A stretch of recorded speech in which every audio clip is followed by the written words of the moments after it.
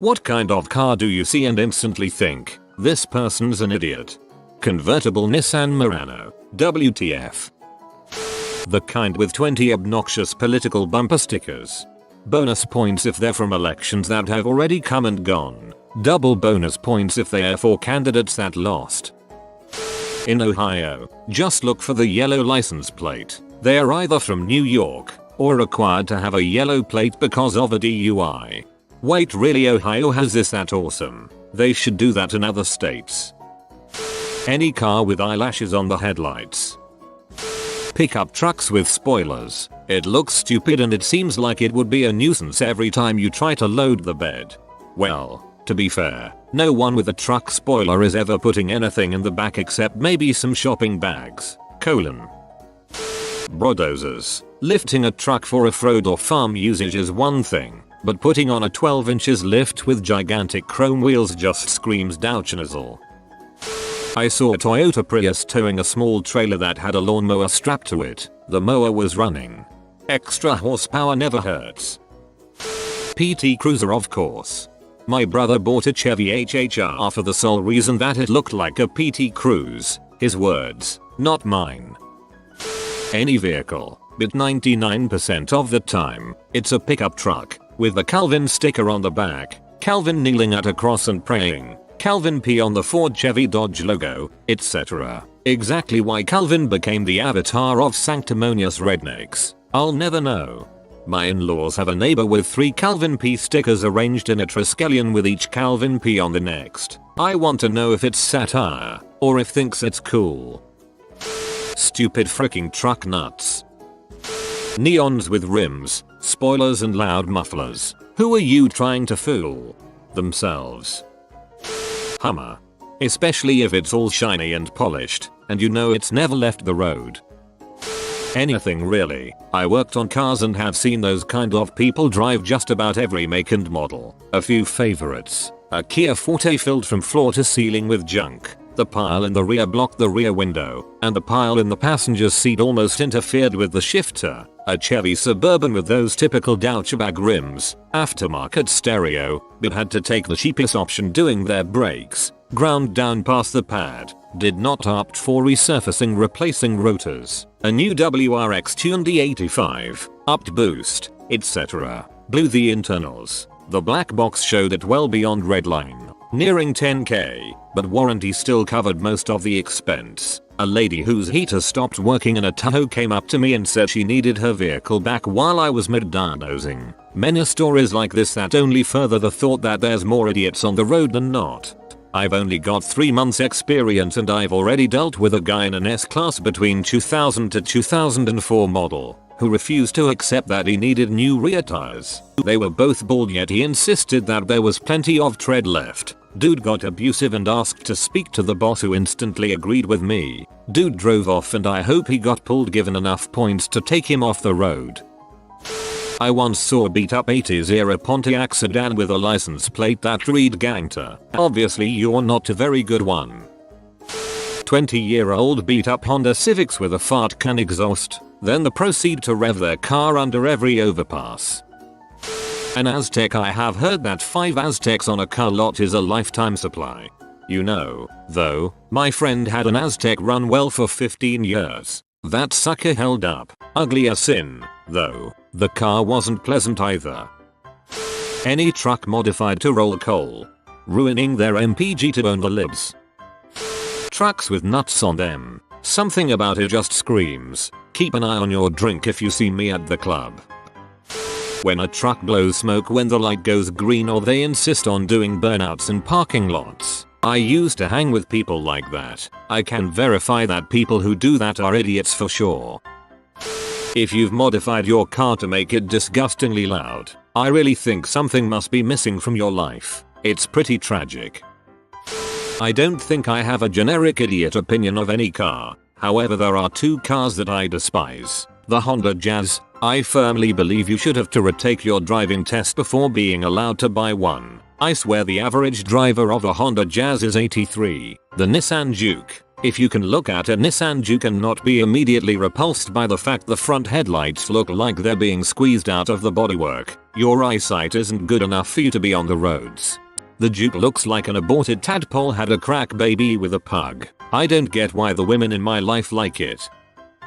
In some communities where I live, it's a big status thing to have a luxury car. However, these communities tend to be rather poor, or at least middle class. So what happens is, so that these people can flex on their friends, family, and co-workers, they will have 10-year-old BMWs and Mercedes, and just by the very nature of the sort of philosophy that would lead someone to purchase an older luxury car just to try and one-up their semi-impoverished friends, they are almost always buttholes.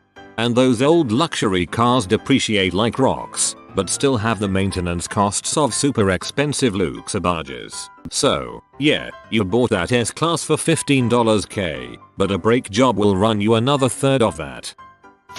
My first car was an older model Subaru Forester, the ones you usually owned by women and large dog owners. It was a beast in the snow, but nobody liked being stuck behind me on the highway. I really don't understand why people crap on Subaru owners, jokingly or not. They're great cars that last forever. PT Cruiser.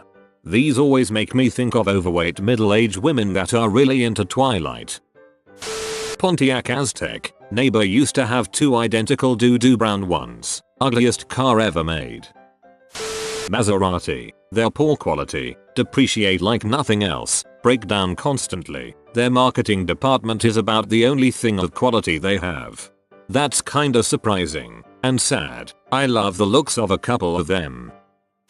I have to. Chrysler 300. Not entirely sure why, but owners always drive like buttholes. Prius. Not entirely sure why, but owners always drive like idiots. Has led me to come up with the term Pridiot, and I use it while they drive between 5 and 10 miles under the speed limit and failing to merge. Not to be confused with appreciate, which is someone so beautiful that they put no effort into thinking.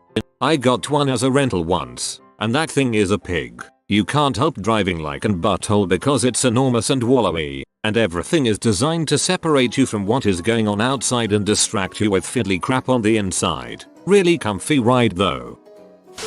Chrysler 300. Triple points if it has a Rolls-Royce body kit. Any car being driven by someone who has their music blaring so loudly it can be heard over your own music. If my car is shaking because of your music, your crap is too freaking loud. Turn it down, butthole. Minivans. Every time I see a minivan it's being driven badly. My theory is that the drivers are sleep deprived due to their many children. As a mom who's about to buy a minivan, you're probably not wrong. I apologize in advance. Cause carrying an extended load without some sort of flag to warn other drivers of it. Or loads unsecured. Got cut off by a guy with a trailed once who then hit the gas, and a bit of what he was hauling, junk, flew out and hit my car. Plus, the brake lights on their trailer didn't work. No damage, but judging level high. If you don't know how you can haul something safely, ask someone to help. The kind that have Illinois plates on them. Hey, our governor made those plates. Yugo or Trabant. I actually don't think I've ever seen either one of those cars on the road, but if I did I'd have a lot of questions. A lot. BMW. I read a meme one time that said, if your life is meaningless, just remember there is some worker putting turn signals on a BMW. PT Cruiser. Mostly because I was once hit by a PT Cruiser. Jacked up 2005 Dodge Rams that pass you at 95 even when you are going 9 miles per hour over the limit. Late 90s early 2000s V6 Mustangs. I'll take one sports car, hold the sports. Extra depreciation source, please. Cause with Ohio license plates. Source, live in the inn. KY, tri-state area. Ohioans cannot drive. Not every jackass is from Ohio, but every Ohio driver is a jackass. As a long-time Ohio resident and driver, I like to think I don't drive like a jackass, but boy there sure are a ton that do, especially in the winter up here in the Cleveland area. I'm an auto and motorsports enthusiast. I care about cars, trucks, etc. way more than the average person. But man, it never ceases to amaze me how many folks get legitimately worked up or decide they have opinions or snap judgments on someone based on the type, make, or model of the car they are driving, not based on the drivers themselves. In reality, people all like different things and have different transportation requirements. Who are we to judge them based on that? Instead, if we're going to be making this person is an idiot judgments, we should be focused on the driver's behavior, not the vehicle itself. It's as ignorant as saying a dog type is bad when in reality we all know that it's the owner's behavior in regard to a dog that determines if they're a nuisance. Parking so as to take up 3 spots, tons of bumper stickers, overly aggressive driving, disturbing modifications, driving while impaired, drugs, age, etc. It's all about the driver, not the vehicle. Recently there was a post that hit the front page where a motorcycle rider with a helmet cam was clipped while at a stoplight by an old guy driving a basic older minivan, if I remember right. If you go back and think about all the idiot drivers gifs and videos that come up from time to time, it's rarely the Stanstricer import or the supercharged domestic sports muscle car. Sometimes it is, but the really bad ones like the example from earlier today are so often idiot drivers in mundane everyday commuter vehicles. Nissan Cube, PT Cruiser, Hummer. The scrotum dangly things that some trucks have in the back, because that's real classy. Also in the same vein, the giant eyelashes that people put on their headlights. Any kind of Hummer, H1, H2, H3, you look like an butthole. I was really disappointed when GM shut down Hummer, not because they were interesting or good vehicles, but because each revision was getting smaller. Meanwhile, Mini was releasing larger and larger vehicles. I was looking forward to the time where their paths crossed, and the H6 was going to be smaller than the Mini Continentman. We need to start oppressing people who have my other ride as a TARDIS bumper stickers. Pontiac Aztec. Walter White is no idiot. Anyone rolling coal. A lowered pickup truck. Why the heck? You have been visited by the IT lizard. Upvote or experience bad internet for a month. Like and subscribe, you magnificent person.